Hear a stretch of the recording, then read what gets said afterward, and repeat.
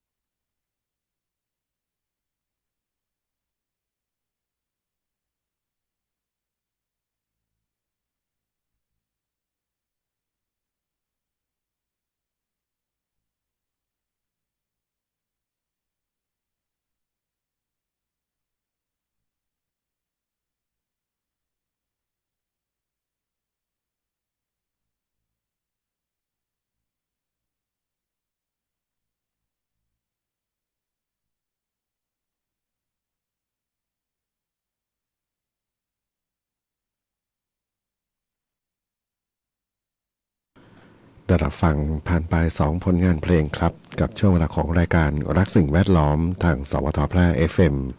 91เมกะเฮิรตซ์ครับเพลงที่จบลงไปของคุณสุบุญเลี้ยงครับเต็มใจให้ครับแล้วก็ก่อนหน้านี้เพลงของเคียสรักคิดถึงและห่วงใหญ่ครับส่งมอบเป็นความสุขสำหรับท่านผู้ฟังที่ติดตามรับฟังรายการรักสิ่งแวดล้อมครับนะช่วงนี้อากาศเริ่มอุ่นขึ้นร้อนขึ้นนะก็ฟังเพลงที่เย็นๆสบายสักนิดหนึ่งเนาะนะครับนะฝุ่นก็เริ่มเพิ่มขึ้นเนาะฝุ่นละอองในอากาศแล้วก็บางทีบางครั้งเนาะเราก็ใช้การรดน้ำพรมน้ำรอบๆบ้านเราเนาะก็พอช่วยได้แหละเนาะในระดับหนึ่งเนาะเพราะว่าฝุ่นที่เข้าไปเนี่ยมันก็จะเป็นฝุ่นละอองที่บางทีก็อยู่ใกล้บ้านเรานี่แหละเนาะปิวเข้ามานะบ้านไหนที่อยู่ใกล้ต้นใกล้กับถนนเนี่ยนะใกล้ถนนหนทางนี้นะจะได้รับอิทธิพลตัวนี้แล้วนะฝุ่นละอองที่มากับรถที่เขาวิ่งอยู่เนาะส่วนบ้านที่อยู่ห่างไกลออกไปถ้ามีต้นไม้รอบๆเนี่ยจะช่วยกรองได้เยอะเลยนะจะไม่ค่อยมีฝุ่นเท่าไหร่นะครับฝุ่นเหล่านี้มันเป็นปัญหากับสุขภาพของเราเนาะเพราะเราต้องหายใจเอาอากาศเหล่านี้เข้าไปแล้วก็สิ่งที่กรองอากาศได้นะตั้งแต่ความชุ่มชื้นในโพรงจมูกนะขนจมูกนะจะมีระบบกรองฝุ่นตัวนี้อยู่ดูสินะขนาดรถยนต์นะใครที่ใช้รถยนต์แล้วก็เวลาเขาไปเป่าไอ้เจ้ากรองอากาศนะเห็นไหมมันฝุ่นเต็มไปหมดนะเขายังมีการดูแลเมนเทนแนนซ์กันให้มันมีประสิทธิภาพแต่โพรงจมูกเรานะมันนะเราไม่สามารถเลือกมาล้างได้นะเห็นไหมมันก็ต้องมีความเสื่อมไปตามสภาพนะครับนะแต่ถ้าอากาศดีมันก็จะลดปัญหาลงไปนะครับนะก็ผมมองอย่างนี้เนาะมันก็จะเห็นภาพชัดเจนนะว่าไอ้ฝุ่นในอากาศดูสิเอาง่ายอีกเรื่องก็คือเครื่องปรับอากาศนะใครที่มีเครื่องปรับอากาศเอาในห้องนอนเลยล่ะ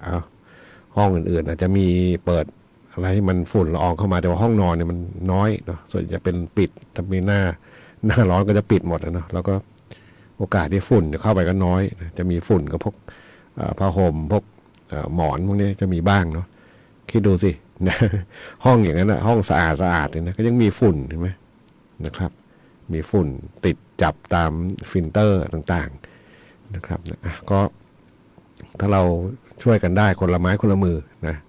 การรดน้ำพรมน้ำต้นไม้บ้างก็ช่วยได้เนาะแล้วก็สิ่งที่สำคัญก็คือการเผาทั้งหลายนะครับไม่ว่าจะเป็นที่แปลงไร่แปลงนานะก็ต้องงดเนาะช่วงนี้เขาประกาศไปแล้วเนาะวันที่15นะห้ามเผาหยุดเผาทุกพื้นที่นะครับนะก็ขอความร่วมมือเนาะเพื่อที่จะลดปัญหาสิ่งแวดล้อมที่ไม่ดีที่เกิดขึ้นในบ้านเรานะครับนะเพราะเราต้องหายใจอากาศเหล่านี้ไว้เนาะแล้วก็ภาคเหนือทุกเมืองเนาะอยู่ในแอ่งทั้งนั้นเลยเนาะเมืองแพร่ก็ใช่ลำปางลำพูนเชียงใหม่แม่ฮ่องสอนเชียงรายพะเยาน่านเห็นไหมทุกเมืองเวลาเดินทางก่อนจะเข้าเมืองมันจะมีภูเขามีแนวสันเขาต่างๆนะที่เป็นที่เห็นตามภาคพื้นดินนะแต่ว่าถ้าใครดูแผนที่นะดู Google Earth พวกนี้นะก็จะเห็นชัดเจนว่าเมืองอยู่กลางเป็นแอ่งลงไปเนาะฝุ่นละอองมันก็ฟุ้งในเมืองนี่แหละนะดูได้จากระยะเวลาที่เกิดฝุ่นละอองในอากาศบ้านเราเนี่ยนานกว่าทุกภูมิภาคนะภาคอื่นเขาอากาศดีขึ้นแล้วบ้านเรายังมีค่าฝุ่นละอองสูงอยู่เลยเนาะก็นี่แหละนี่คือปัญหาอย่างหนึ่งที่เกิดขึ้น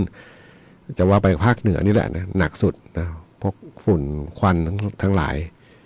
นะครับนะแต่ถ้าเลยช่วงนี้ไปแล้วก็หมายถึงถ้าไม่ค่อยมีมันก็ดีไปแล้วก็ดีในระยะยาวเลยนะครับไปฟังเพลงกันต่อครับกับช่วงเวลาของรายการรักสิ่งแวดล้อมทางสวทแพร่ FM 91เมกะเฮิรตซ์ครับ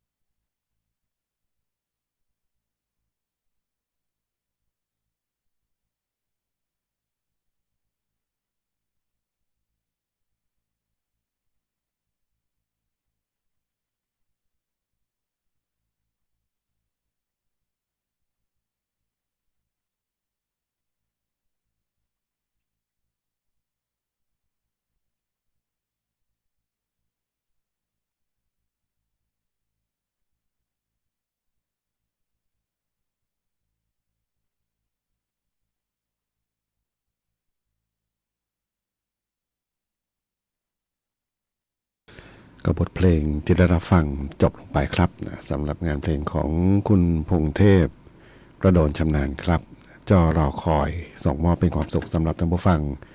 ที่ติดตามรับฟังรายการรักสิ่งแวดล้อมทางสวทแพร่ FM 91 เมกะเฮิรตซ์ครับท่านผู้ฟังถามถึงมานะผ่านทางแฟนเพจคอมเมนต์เข้ามานะครับก็ขอบคุณอีกครั้งในการติดตามรับฟังครับช่วงนี้เรื่องของ PM 2.5 เนาะการลดการเผาต่างๆนะเมืองแพร่ก็บอกมีไอเดียเจ๋งนะมีการเขาจัดประกวดเนาะจัดประกวดหุ่นฟางลดการเผานะสร้างสรรค์เป็นงานศิลปะนะแล้วก็เป็นการส่งเสริมการท่องเที่ยวงานประเพณีไหว้พระธาตุช่อแห่เมืองแพร่แห่ตุงหลวงนะครับนะซึ่งหุ่นฟางนี่เขาบอกเป็นหุ่นฟางสัตว์ในตำนานนะเป็นการสืบสานภูมิปัญญาลดการเผาลดฝุ่น PM 2.5 นะครับนะซึ่งทางผู้ว่าการจังหวัดแพร่นะก็ได้ลงพื้นที่ติดตามความคืบหน้านะการเตรียมสถานที่การติดตั้งหุ่นฟางสัตว์ในตำนานนะภายในงานประเพณีไหว้พระธาตุเจ้าแห่เมืองแพร่แห่ตุงหลวงเขาจะจัดขึ้นในงานนี้แหละเนาะนะครับนะเดี๋ยวขอดูอยู่ตรงไหนเนี่ยไม่เห็นระบุ คงต้องไปถึงในงานกันเนาะน่าจะพอทราบจุดที่ตั้งอยู่เนาะกิจกรรมเนาะก็เป็นการประกวดหุ่นฟางสัตว์ในตำนานภายใต้แนวคิดสืบสานภูมิปัญญาท้องถิ่นลดการเผาลดฝุ่น PM 2.5 โดยมุ่งเน้นนะการนำวัสดุทางการเกษตรเช่นฟางข้าวมาแปลเปลี่ยนเป็นผลงานศิลปะนะสร้างมูลค่าเพิ่มลดการเผาในพื้นที่สร้างจิตสำนึกด้านการอนุรักษ์สิ่งแวดล้อมให้กับประชาชนโดยเฉพาะเด็กและเยาวชนนะครับนะกิจกรรมนี้เนี่ยเขาไม่ได้จัดแล้วก็เอาฟางมาทำเป็นหุ่นสวยงามอย่างเดียวนะเขามีตัดสินมีรางวัลเนี่ยนะรางวัลมีหลายประเภทนะครับรางวัลประเภทสวยงามนะชนะเลิศนี่เงินรางวัล 15,000 บาทนะครับพร้อมโล่รางวัลรองชนะเลิศอันดับ1ได้ 10,000 บาทรองชนะเลิศอันดับ2ได้ 8,000 บาทครับนะรองชนะเลิศอันดับ3 5,000นะแล้วก็รองชนะเลิศอันดับ4 4,000มีรางวัลชมเชยอีก4รางวัลละ 3,000 บาทนะครับนะซึ่งการจัดกิจกรรมในครั้งนี้เนี่ยเขาบอกมีไฮไลท์สำคัญของงานประเพณีไหว้พระธาตุเจ้าแห่เมืองแพร่แห่ตุงหลวงนะครับนะก็เพื่อที่จะส่งเสริมการท่องเที่ยวเชิงวัฒนธรรมแล้วก็เป็นการอนุรักษ์ต่อยอดภูมิปัญญาท้องถิ่นควบคู่กับการสร้างจิตสำนึกในการรักสิ่งแวดล้อมลดการเผาในที่โล่งนะอันนี้ก็เชิญชวนนะครับนะทั้งผมดูนิดนึงว่าตั้งตรงไหนเนี่ย เจ้าที่เห็นในภาพตัวอย่างที่ไม่ใช่ภาพตัวอย่างทางแฟนเพจเนี่ยมีทั้งช้างมีอันนี้ผมเรียกไม่ถูกสัตว์ในตำนานจริงๆเนาะนะครับนะคือนึกชื่อไม่ออก แต่เป็นสัตว์ดูแล้วก็คือเป็นสัตว์ในตำนานเนาะมีม้าเป็นโลโก้ของเมืองแพร่ด้วยนะครับนะม้าบนอานม้าก็จะมีพระธาตุช่อแห่นะครับนะเอาFacebook ที่ผมเปิดภาพนี้หยุดไปซะละ นะครับก็เป็นกิจกรรมหนึ่งนะที่ส่งเสริมการท่องเที่ยวของวัดพระธาตุช่อแห่ในปีนี้นะครับแล้วก็ได้ในเรื่องของการรักสิ่งแวดล้อมด้วยนะครับอันนี้ถือว่าผมว่าเป็นปีแรกเนาะทุกปีก็มีกิจกรรมอื่นๆแต่ว่าปีนี้มีเสริมเข้ามาเรื่องของการประกวดหุ่นฟางสัตว์ในตำนานนี่แหละเนาะก็ไปชมไปดูแล้วก็มีเปิดโหวตด้วยนะโหวตผ่านทางสื่อโซเชียลนะครับนะก็ติดตามกันได้นะครับไปฟังเพลงกันต่อครับกับช่วงเวลาของรายการรักสิ่งแวดล้อมครับ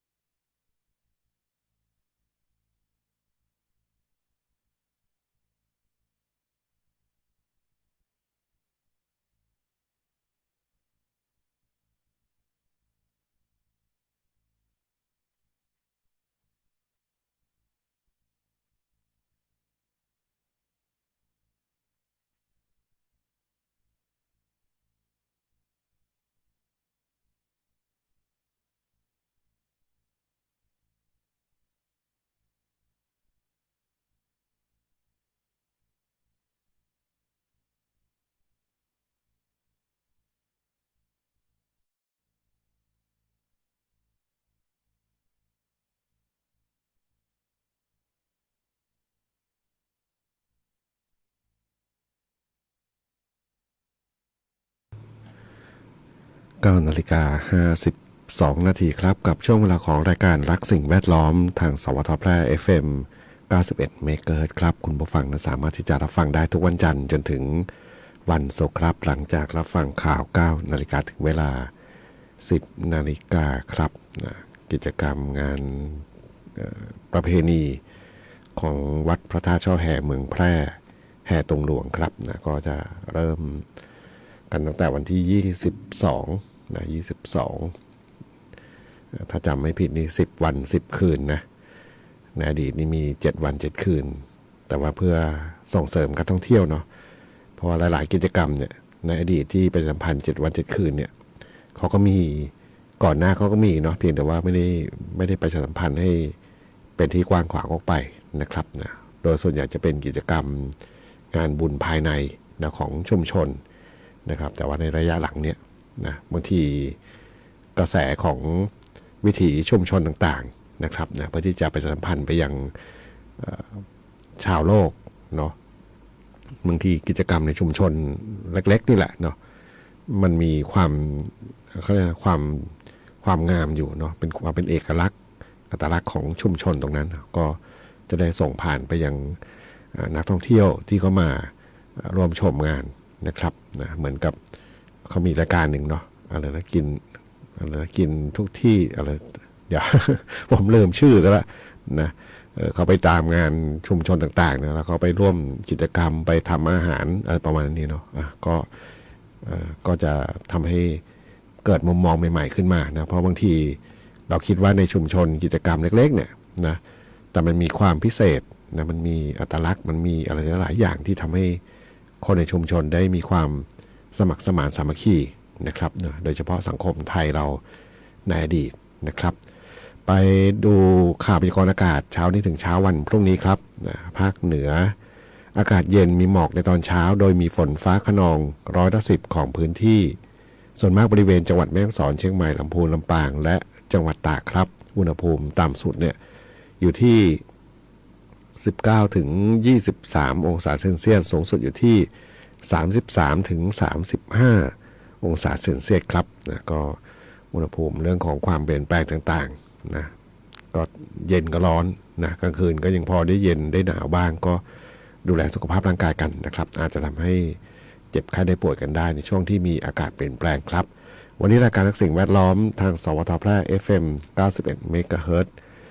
มาถึงช่วงท้ายรายการครับคงต้องนำรายการท่านผู้ฟังไปก่อนพบกันใหม่ในวันพรุ่งนี้ขอความสุขความโชคดีจะมีแต่คนผู้ฟังทุกท่านสวัสดีครับ